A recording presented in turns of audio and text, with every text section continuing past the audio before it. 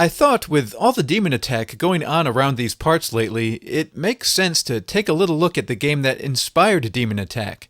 The arcade game Phoenix, which was developed by Amstar Electronics, manufactured by Century, and released in the arcades in 1980.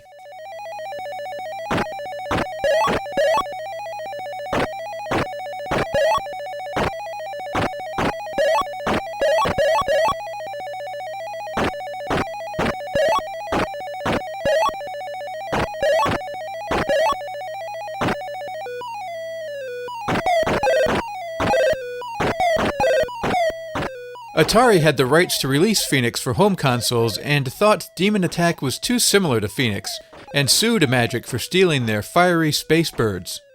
As far as I know, Atari was unsuccessful in its lawsuit, but that was in the past.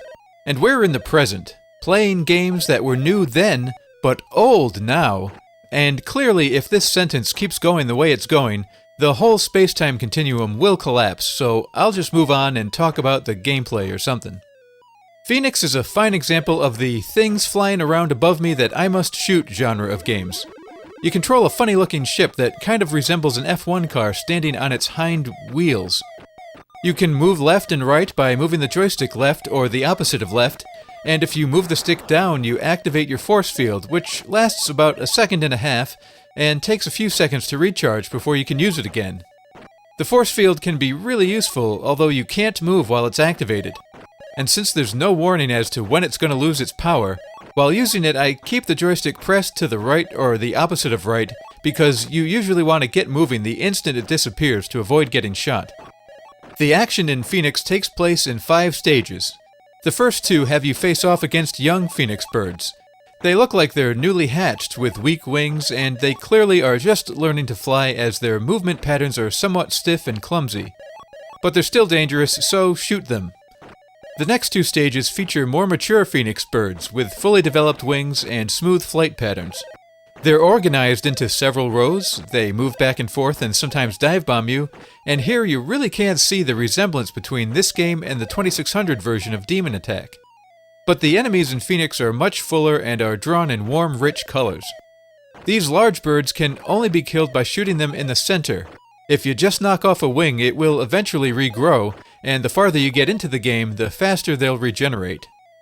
The 5th stage requires you to destroy this large mothership by blasting through its shields and getting a shot at its center.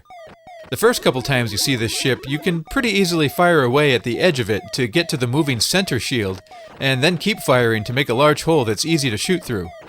But as the game gets more difficult, you'll find that the mothership's firing range will expand away from the center, so you won't be safe anywhere.